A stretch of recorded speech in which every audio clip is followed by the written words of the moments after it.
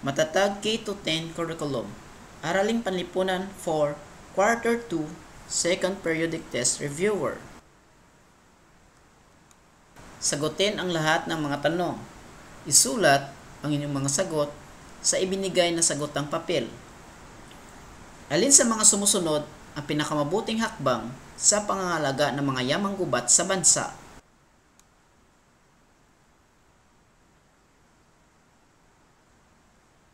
Ano ang tamang paraan ng paggamit ng yamang tubig upang masigurado ang patuloy na supply nito para sa susunod na henerasyon?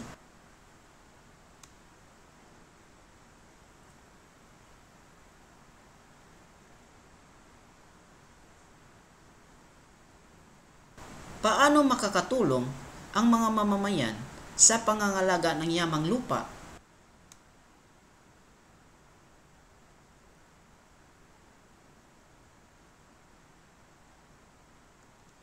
Ano ang pinakamabuting paraan upang mapanatiling malinis ang mga yamang tubig sa isang komunidad?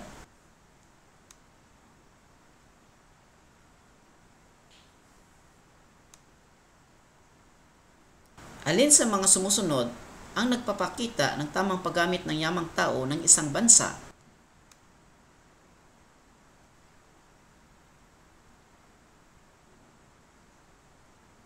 Ano ang epekto ng labis na pagbimina sa yamang lupa ng bansa?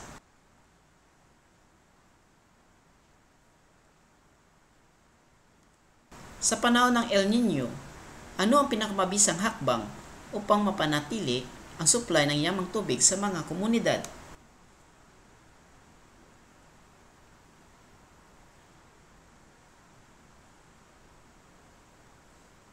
Paano makakaapekto ang pagputol ng mga puno sa kagubatan sa kabuhayan ng mga Pilipino?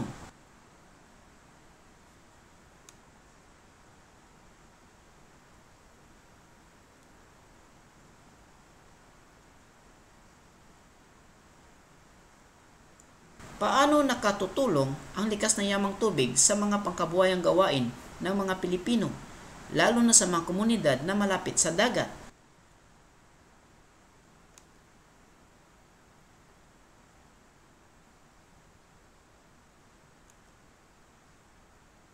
Alin sa mga sumusunod na gawain ang may pinakamalaking epekto sa yamang gubat ng bansa na nagdudulot ng kahirapan sa mga lokal na komunidad?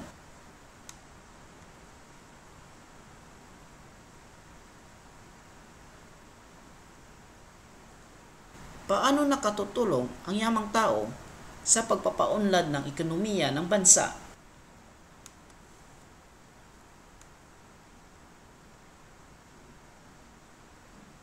Alin sa mga sumusunod ang tamang paraan ng paggamit sa yamang mineral ng bansa upang mapalago ang ekonomiya at hindi makapinsala sa kapaligiran?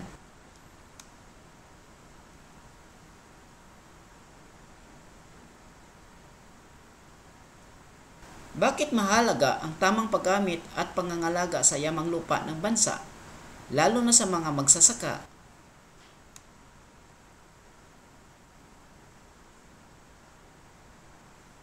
Alin sa mga sumusunod ang pangunahing pakinabang ng yamang enerhiya sa pang-araw-araw na pamumuhay ng mga Pilipino?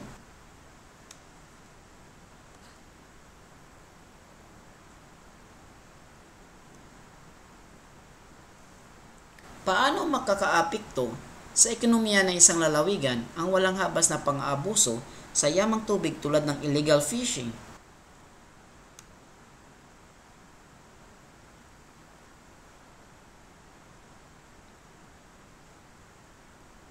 Sa iyong palagay, ano ang pinakamabisang hakbang upang mapangalagaan ang mga pinagkukunang yaman ng bansa habang sinusuportahan ang mga gawaing pang-ekonomiko?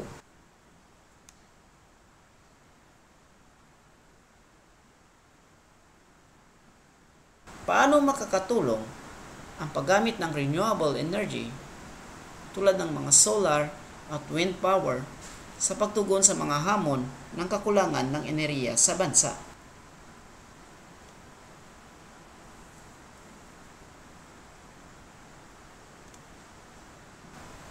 Anong hakbang ang may tuturing na pinakainam upang matugunan ang problema ng deforestation sa Pilipinas?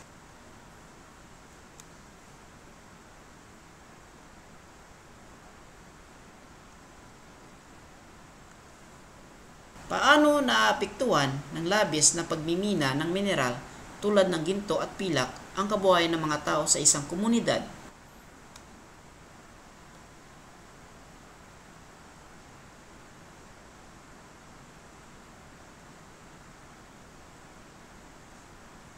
Kung ikaw ay leader ng isang bayan na apektado ng pagbaha, ano ang pinakamainam na proyekto upang maiwasan ang patuloy na pagbaha tulad ng mga kalbo ng kagubatan?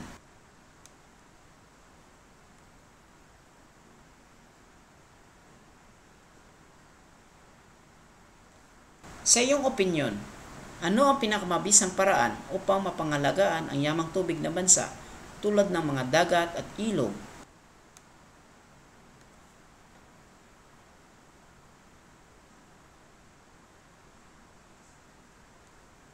Paano nakakatulong ang mga yamang tao tulad ng mga manggagawa at propesyonal sa pag-unlad ng ekonomiya ng Pilipinas?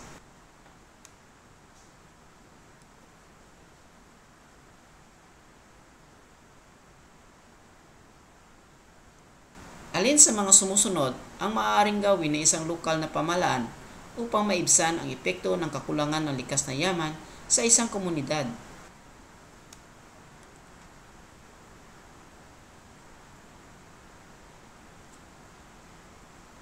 Anong uri ng programa ang maaaring ipatupad ng pamahalaan upang masigurong hindi mauubos ang yamang mineral ng bansa?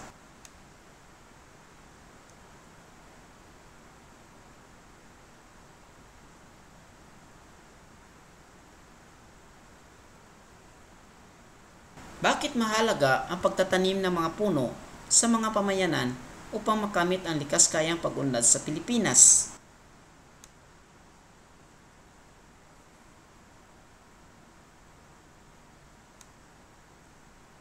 Ang isang barangay ay nagpapatupad ng proyekto upang linisin ang ilog. Paano nito nakatutulong sa pagkamit ng likas kayang pag-unlad?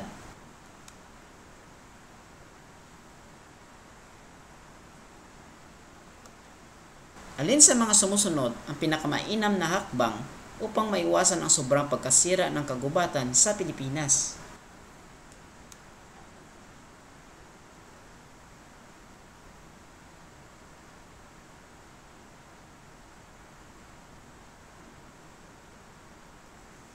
Paano makatutulong ang paggamit ng mga alternatibong enerhiya tulad ng solar at wind energy sa likas kayang pag-unlad ng Pilipinas?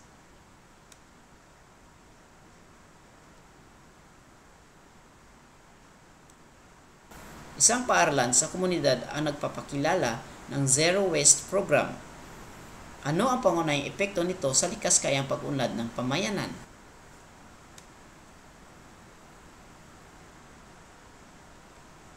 Ano ang pinakamabuting paraan upang mapangalagaan ang yamang dagat ng Pilipinas laban sa overfishing?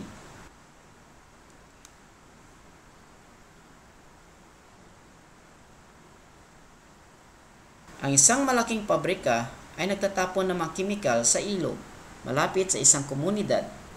Ano ang pinakaangkop na aksyon ng pamahalaan upang masiguro ang likas kayang pag-unlad sa lugar na ito?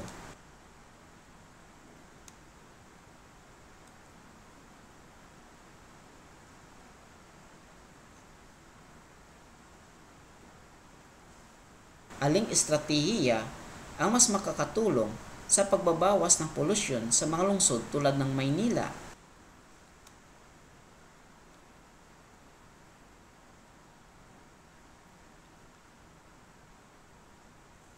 Paano makatutulong ang isang pamilya sa likas kayang pag-unlad sa pamamagitan ng pagtatanim sa kanilang bakuran?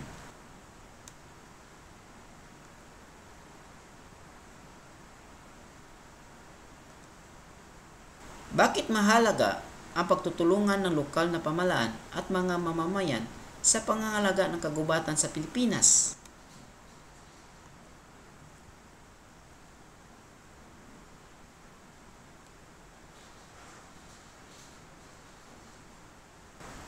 Alin sa mga sumusunod na gawain ang nakakatulong sa pagsulong ng likas kayang pag-unlad na malikas na yaman ng bansa?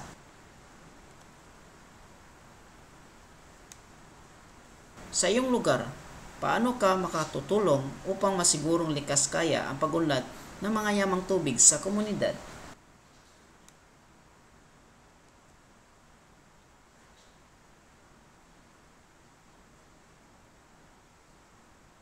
Ano ang pinakamahusay na solusyon upang maiwasan ang sobrang pagputol ng puno sa kagubatan?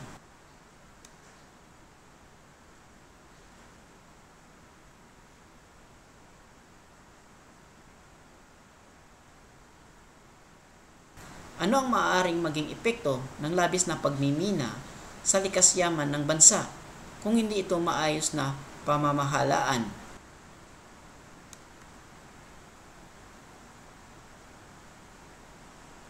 Paano makatutulong ang pagsasanay ng mga magsasaka tungkol sa organikong pagsasaka sa likas kayang pag-unlad ng agrikultura?